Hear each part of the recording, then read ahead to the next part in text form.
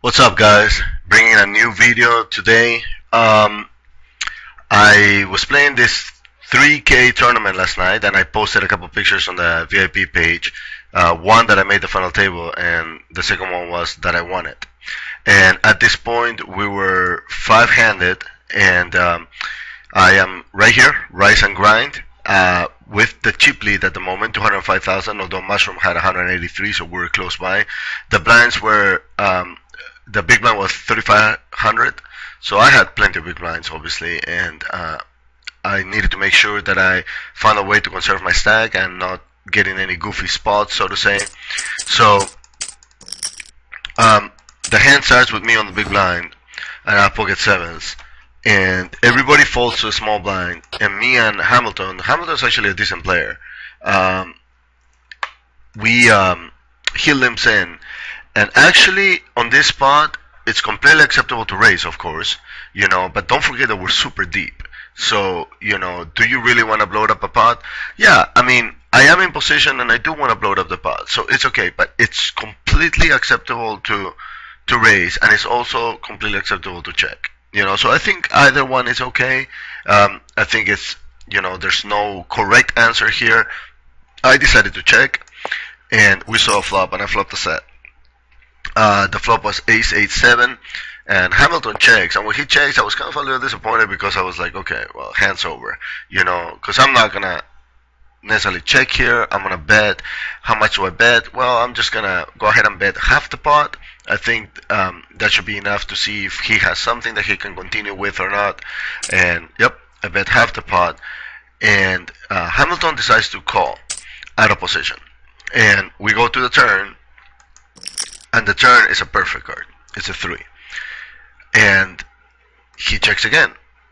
And I decide to bet 2/3 of the pot. Is that what I bet? Yep, I decide to bet 2/3 of the pot. And at this point, now I want to blow out the pot a little more. Now I want to put more money in it. And if he actually does have something, then he's definitely gonna continue with the hand there. I don't think he's gonna fold. I could actually expect a check raise here if he actually has some sort of mate hand, some sort of two-pair hand. So I was actually really interested to see what he was gonna do. And at the same time, I think that it's really important for you guys to put your opponents on ranges. What could he have? I don't think he has an ace because he limped. He could definitely have a drawing hand like 9-10. He could probably have an 8. He could definitely have a hand like 5-6. Definitely not an ace. I didn't think he had an ace at any point. I thought with an ace he would have raised pre-flop.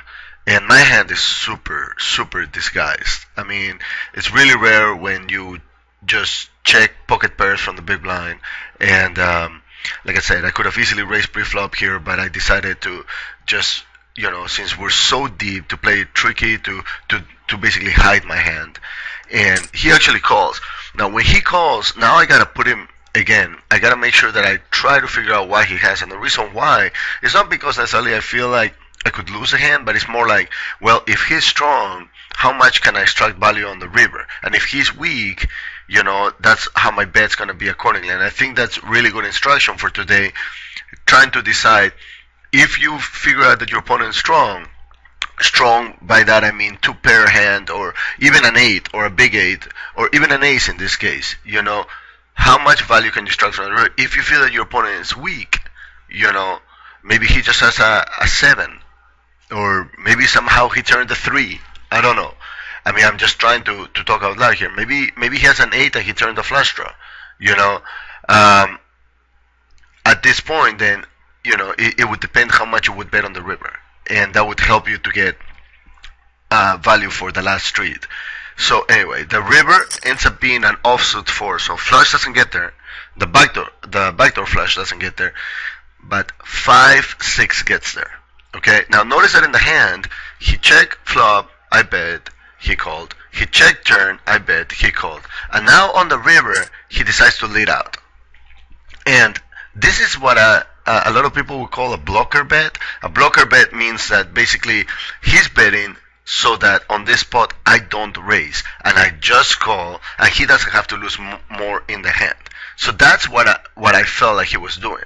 I actually do believe that he has a hand now. I feel pretty sold on the fact that he has a hand, but does he have 5-6? And that's what I have to figure out. And the truth of the matter is, like, on this spot, I think in the past, in years past, I would have just called. And in my head, I was like, nope, I gotta raise here. I gotta raise and I gotta get max value for my hand. So I actually tanked. I put the time bank, I remember, and I tanked. How much was I gonna raise?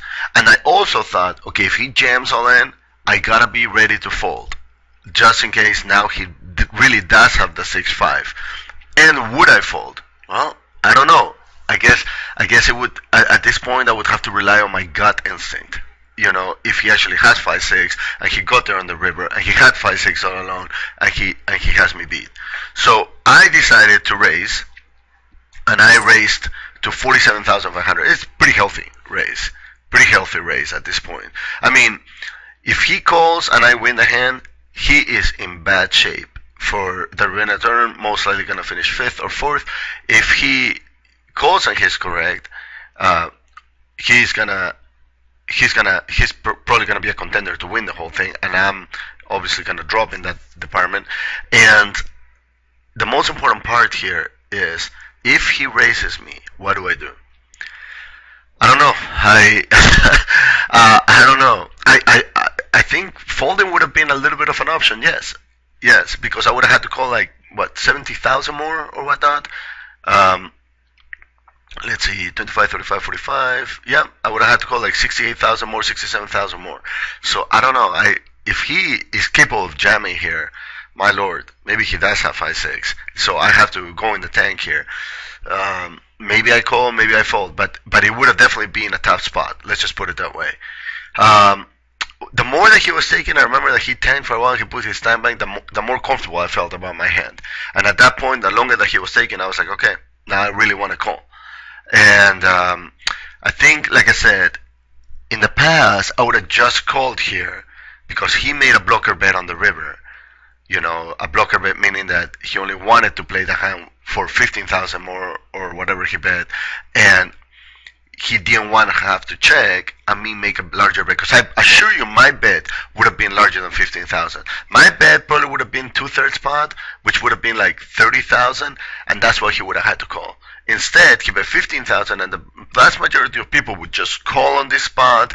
You know, they don't have the nuts. Obviously, set of 8, set of aces, and 5-6 beats them.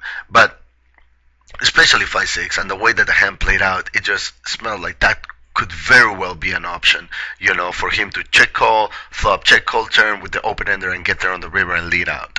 You know, so luckily enough, he just called, and unfortunately, we end up not knowing what he had. And the reason why is because he called my raise as opposed to me calling his raise.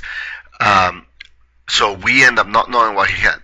But a lot of times, I mean, even though that sucks that I don't find out what he has, a lot of times I'm not that curious.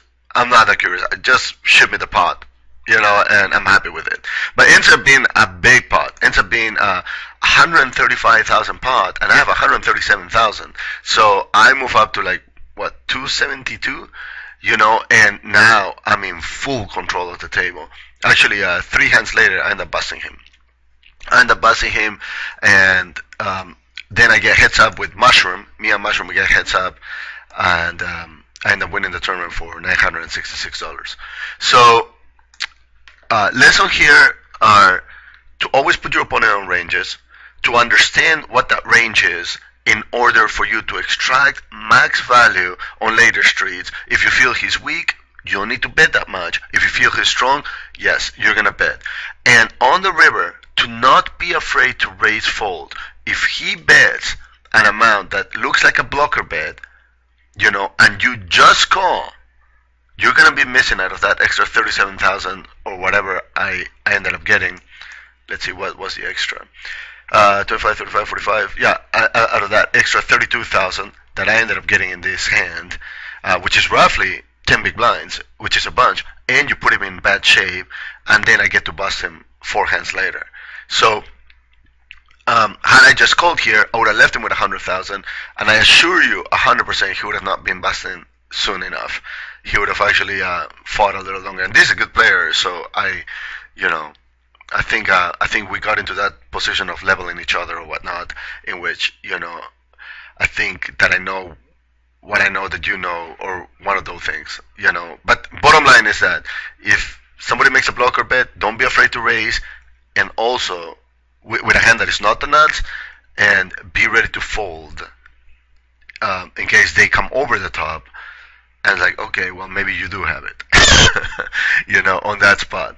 And it's okay. It's okay. More than not, you're gonna be correct in racing, and they're just gonna call, and you're gonna win the hand. And every now and then, you're gonna be incorrect, and he is gonna have the 6-5, and he is gonna jam all in. And well, if you do call, then he's gonna show you the 6-5, and you're gonna go like, well, you know, uh, at least I attempted to get max value for my hand, and I was wrong. You actually did have the 6-5. And it's okay to be wrong sometimes, but most of the time you're not going to be, and you're going to be extracting a lot of value of that instead of just calling that river bet. Okay, I hope that made sense. It was a little of a long video. I'm sorry I rambled on a little bit. Good luck at the table, guys, and hope you guys are having a great day.